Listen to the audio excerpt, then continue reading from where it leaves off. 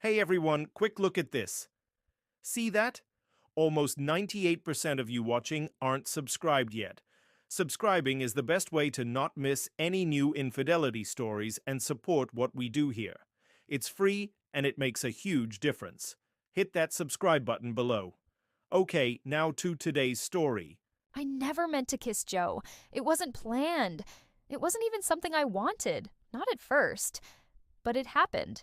And after that, nothing in my life felt the same. And the worst part?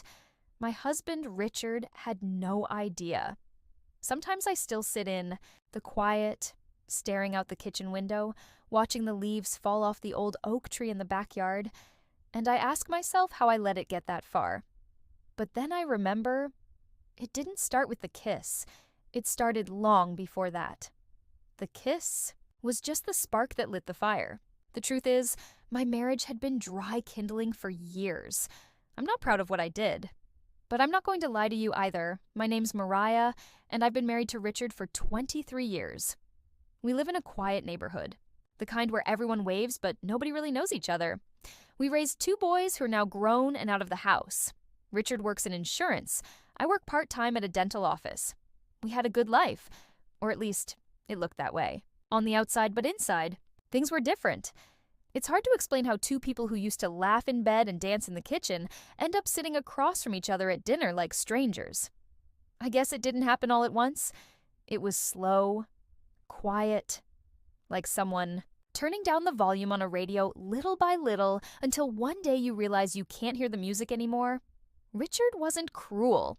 He didn't hit me or cheat or yell, but sometimes silence can feel just as sharp. He stopped noticing me, stopped touching me, stopped asking questions. We'd have whole days where the only thing we said to each other was, "Did you take out the trash?" And I got used to it. I told myself it was normal, that this is just what marriage becomes after a while. You give up passion for stability, fire for peace. But deep down, I missed being seen. I missed being wanted. That's where Joe came in. He was new in town, started working at the hardware store where I'd go on Saturdays to get stuff for the garden. The first time I saw him, he smiled at me like he meant it. Not in a creepy way. Just real, warm. He was tall, maybe a few years younger than me, with salt and pepper hair and kind eyes. The kind of man who actually listens when you talk. First, we just chatted about plants and weather. You know, small talk. Nothing dangerous. But then he started remembering things I'd said, like what flowers I was planting or how my son was struggling to find a job. He remembered little things Richard hadn't even asked about in years. And that hit me. One Saturday, I mentioned I was trying to fix a loose board on the back steps. He offered to come by and take a look. I should have said no. I really should have, but I didn't. I told myself it was just help. A favor. Nothing more. He came over that Sunday. I made coffee. He brought his tools. And for 2 hours, we talked like we'd known each other forever.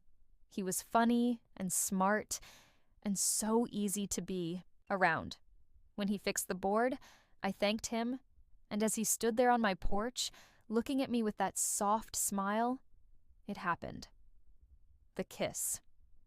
I didn't see it coming. 1 second we were laughing, and the next, his lips were on mine. It wasn't long, maybe 2-3 seconds, but it was the kind of kiss that stays with you, the kind that wakes up something inside you that you didn't even know was asleep. I pulled back. My heart was racing. I told him, "I can't," and he nodded. He didn't push. He just said, "I'm sorry," and walked away. I stood there, on the porch for a long time after he left. It should have ended there. It could have ended there, but it didn't. And now, looking back, I realized that was the moment everything started to unravel. After Joe kissed me, I told myself I'd never see him again. I meant it too. For the next week, I went on like nothing had happened. I cleaned the house, went to work, cooked dinner, folded laundry. Same routine as always. I didn't go back to the hardware store.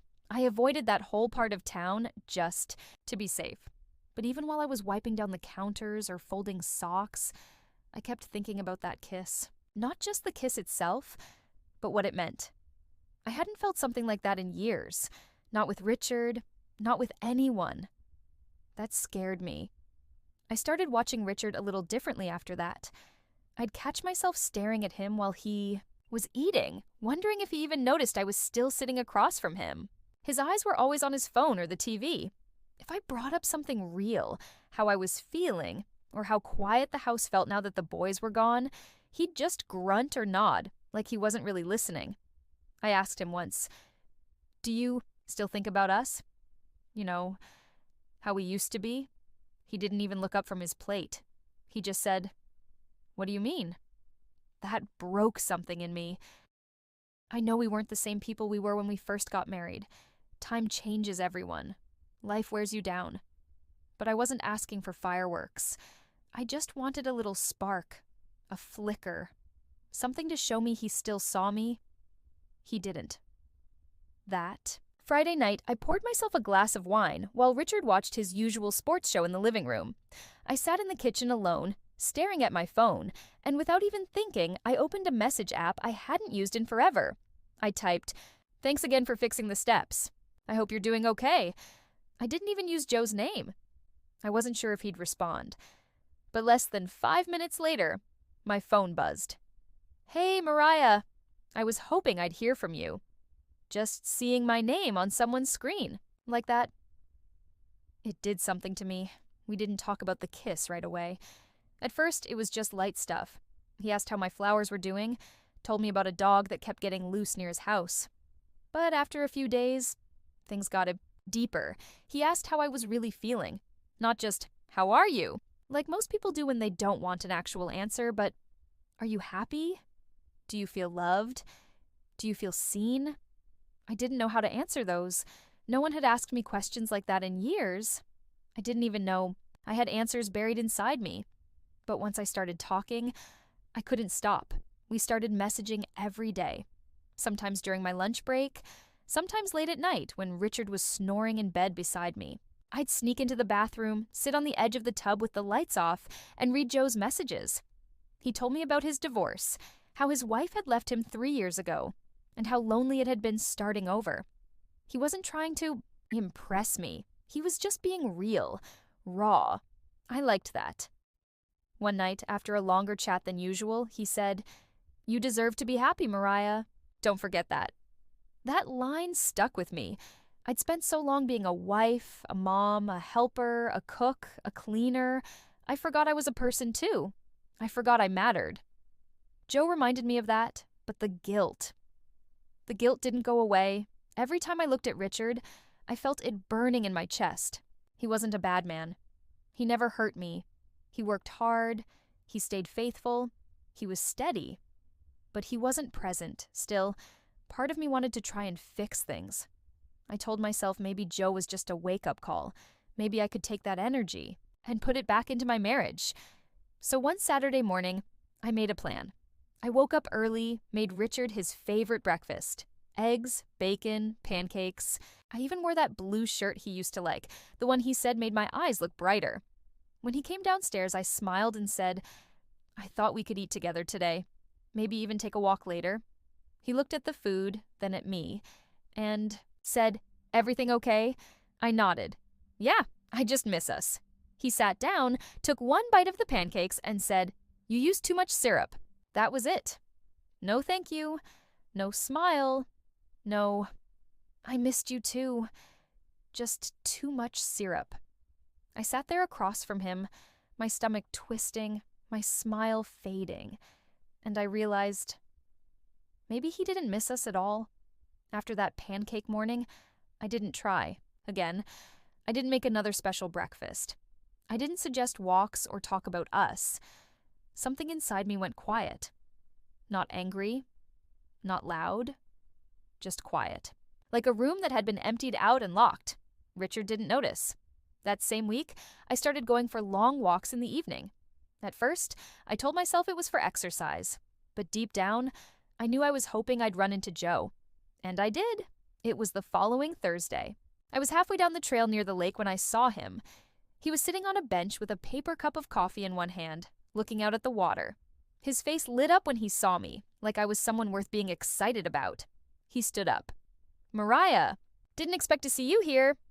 "I come out here sometimes," I said, even though it was the first time I had. He nodded. "Good place to think." I sat beside him, and just like that, we were talking again. This time it wasn't over text. It was real, face to face. And being that close to him, hearing his voice, smelling the soap on his skin, it all felt dangerous. But it also felt good. Too good. He asked about Richard, and I gave him the truth. Not everything, but enough. "He's there," I said. "But sometimes I feel more alone with him than when I'm actually alone." Joe didn't jump in with advice or try to make it better. He just said, "That's a terrible feeling. I know what that's like."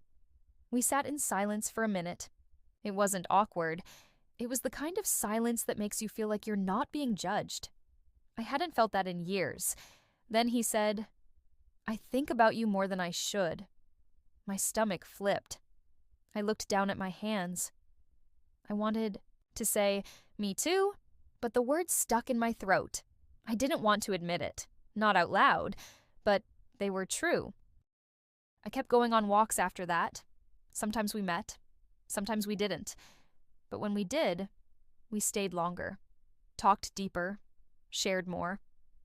One night we sat in his truck when it started raining, and the sound of it tapping on the roof made everything feel closer. He didn't touch me. Not at first. But the way he looked at me, it made me feel like a woman again, not just someone's wife. That night, I kissed him. This time, I was the one who leaned in. It wasn't rushed. It wasn't like before. It was slow, quiet, careful. The kind of kiss that says, "I see you. I've been waiting for this." And when we pulled away, I didn't feel guilty right away. I felt alive. But the guilt came later, lying in bed next to Richard, watching the ceiling fan spin. I wanted to cry, but I didn't. I just lay there, blinking, wondering when I became the kind of woman who could do something like that. I wasn't proud. I still ain't. But I couldn't stop. That kiss opened a door I couldn't close. Not anymore. Soon, Joe and I started meeting in secret. At the lake, in his truck, one time in a cheap motel off the highway. I told myself it wasn't about the sex. And maybe that's true. Because what I really wanted was the attention. The feeling that someone was choosing me, that someone saw me. Joe made me laugh. He touched my hand when I talked. He remembered every little thing I said. He asked about my dreams, even the ones I'd forgotten I had. With him, I felt more like myself than I had in years. But every time I went home, I had to lie.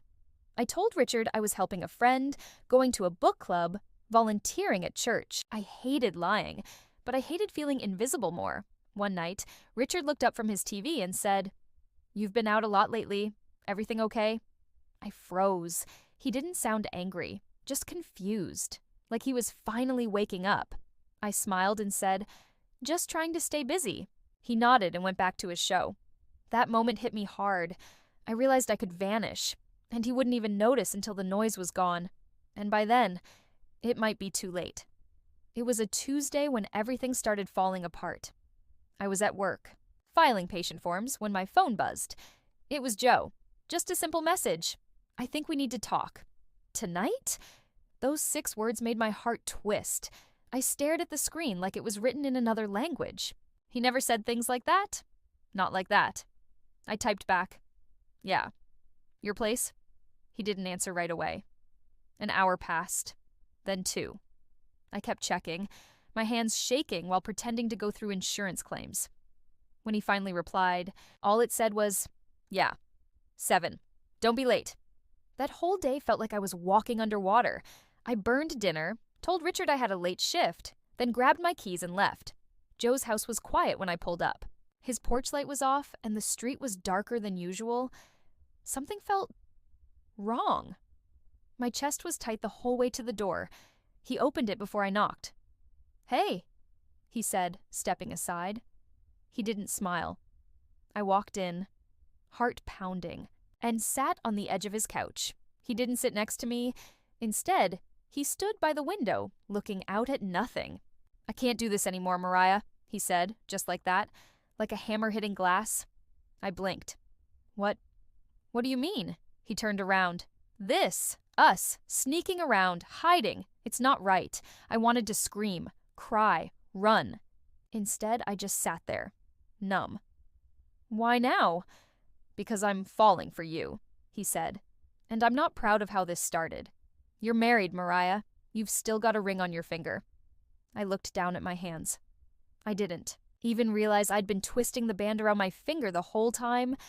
"I didn't mean for this to happen," I whispered. "I know," he said, "but it did happen.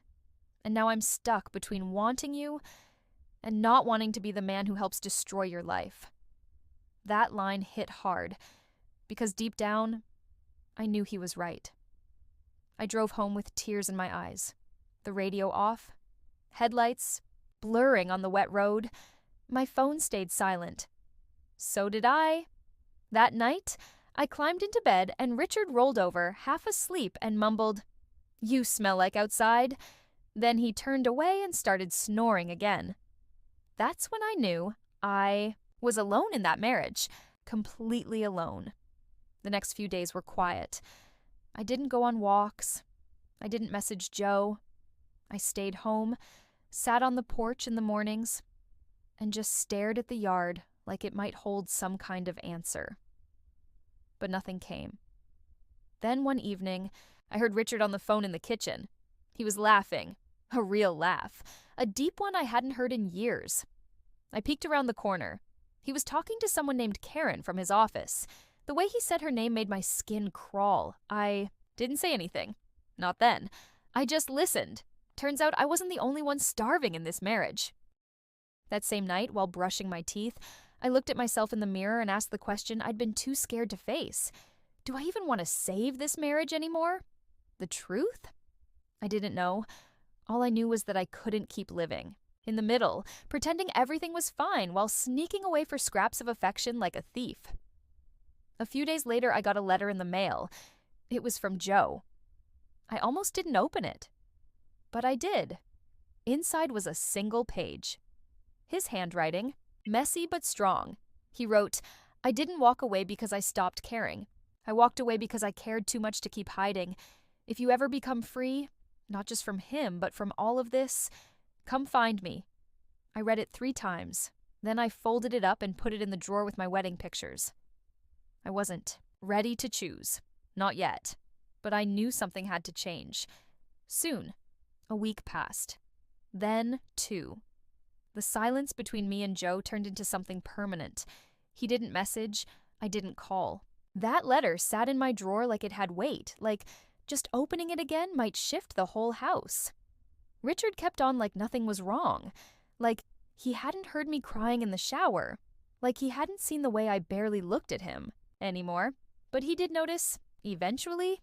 It was a Sunday morning. The house smelled like coffee, the TV was on, and I was staring out the window holding a mug I hadn't taken a sip from in 10 minutes. Richard looked up and said, "You been somewhere else lately?" I didn't answer at first. My hands started shaking.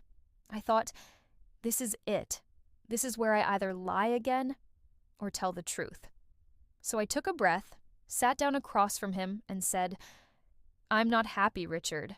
I haven't been for a long time." He stared at me like he didn't know what language I was speaking. "What are you talking about?" "I'm talking about the silence, the distance, how we live in the same house but barely even live together. We don't laugh. We don't talk. I don't even think you see me anymore." He blinked. "You're the one who's been different, sneaking out, making excuses. You think I don't notice?" That made me pause. He had noticed. "You never asked," I said quietly. He shook his head, stood up, paced. "So what? You stepping out on me?" I looked at him. Really looked. This man I'd spent over 20 years with. The father of my boys. The guy who once held my hand so tight during a storm I thought he'd never let go. And now, we were just 2 ghosts living in the same space. I didn't deny it. I didn't confess either. I just said, "You and I both know we've been living like roommates. I just finally stopped pretending." He sat back down hard, like someone had kicked the air out of him. Neither of us spoke for a while. The next few days were tense. He didn't ask where I was going. I didn't volunteer anything. It felt like we were both standing on different edges of a cliff, waiting to see who would jump first. Then came the night that changed everything. I was in the kitchen, rinsing a plate, when I heard him behind me. "I think we should take a break," he said. I turned off the water. "What kind of break?" "Just space. Time. I don't know. Something." I nodded. It didn't feel like heartbreak. It felt like relief. He offered to stay at his brother's place for a while. Said we could talk about next steps when things settled. That night, after he left, I sat on the couch in the dark, listening to the quiet. Real quiet. And I didn't cry. I felt free. Scared, but free. The next morning, I opened the drawer, pulled out Joe's letter, read it again. "If you ever become free." I grabbed my phone, typed out one message. "I'm ready to talk. If you still want to." He replied an hour later. "Where and when?" We met at the lake, just like before. He looked older, tired, but his smile was the same. I told him everything. About Richard, about the break, about the truth. He didn't rush me. Didn't say, "I told you so." He just listened. Like always. Then he said, "So what now?" I looked at him, and for the first time in months, I didn't feel torn. I didn't feel like I was betraying someone. I just felt like me. "I'm not making promises," I said. "But I'm done lying. To Richard. To myself." Joe reached for my hand, held it softly like he knew it might take time. And that was enough. We didn't ride off into the sunset. There was no perfect ending, but there was an honest one. I started seeing a counselor. Richard and I filed for separation 2 months later. It wasn't ugly. It wasn't easy either. But it was real. Sometimes love dies quietly, like a candle running out of wick. And sometimes, if you're lucky, something new waits in the dark. Not perfect, not loud, but real. Looking back now, I see it all so differently. At the time, I told myself I was surviving, that I was just filling in the emptiness that had slowly crept into my life. But the truth is, I was running. From loneliness. From fear. From a version of myself I didn't recognize anymore. I used. To think cheating was simple. Black and white. You're either faithful or you're not. Good or bad. But life doesn't work like that. People don't work like that. What I did was wrong. I crossed lines I never thought I would. I lied. I hid. And yes, I betrayed someone who had once meant everything to me, but I also betrayed myself. For years, I silenced my own needs. I dimmed my light to keep the peace. I let myself shrink inside a marriage that had stopped nurturing me long ago. When Joe came along, it wasn't about the thrill. It wasn't about sex or escape. It was about feeling seen again, heard, touched in a way that wasn't just physical, but emotional. He reminded me that I still mattered, that I still had something to offer, that I was still alive. And that terrified me, because once you feel alive again, you can't go back to just existing. Still, that doesn't erase the pain I caused, or the guilt I carried. I broke trust. I broke vows. And some of those cracks never fully healed. But what I've come to understand is this: mistakes don't define us. It's what we learn from them, what we do with them, that shapes who we become. This experience made me face parts of myself I'd been avoiding for years. My fears, my silence, my need for connection. It made me question what love really means, what commitment should look like, not just to a partner, but to yourself. I'm not the same woman I was when this all began. I'm stronger now, wiser, a little more bruised, sure, but also more awake. And that's where the hope lives. Not in pretending things were perfect, but in accepting the mess, owning the damage, and choosing to build something better from the ruins. To anyone watching who's been through something messy, painful, complicated, I want you to know you're not alone. We all make choices we regret. We all carry scars, but that doesn't mean we're broken beyond repair. There is always room to grow, always a way back to yourself. So if this story touched something in you, I'd really love to hear from you. Have you ever found yourself standing at a crossroads, like I did? Have you ever faced the quiet ache of being with someone who no longer sees you? Share your story in the comments. Let's be honest. Let's be human. Let's talk about the parts people are afraid to admit out loud. Because sometimes, the hardest truths are the ones that set us free.